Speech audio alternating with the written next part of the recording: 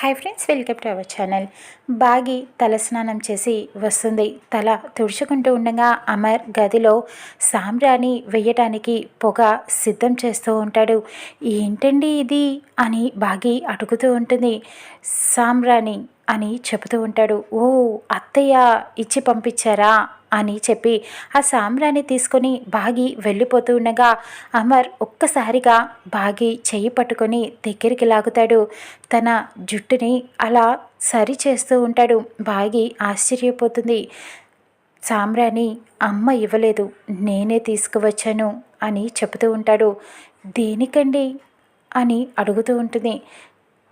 నీకోసమే అని చెప్తూ ఉంటాడు అమర్.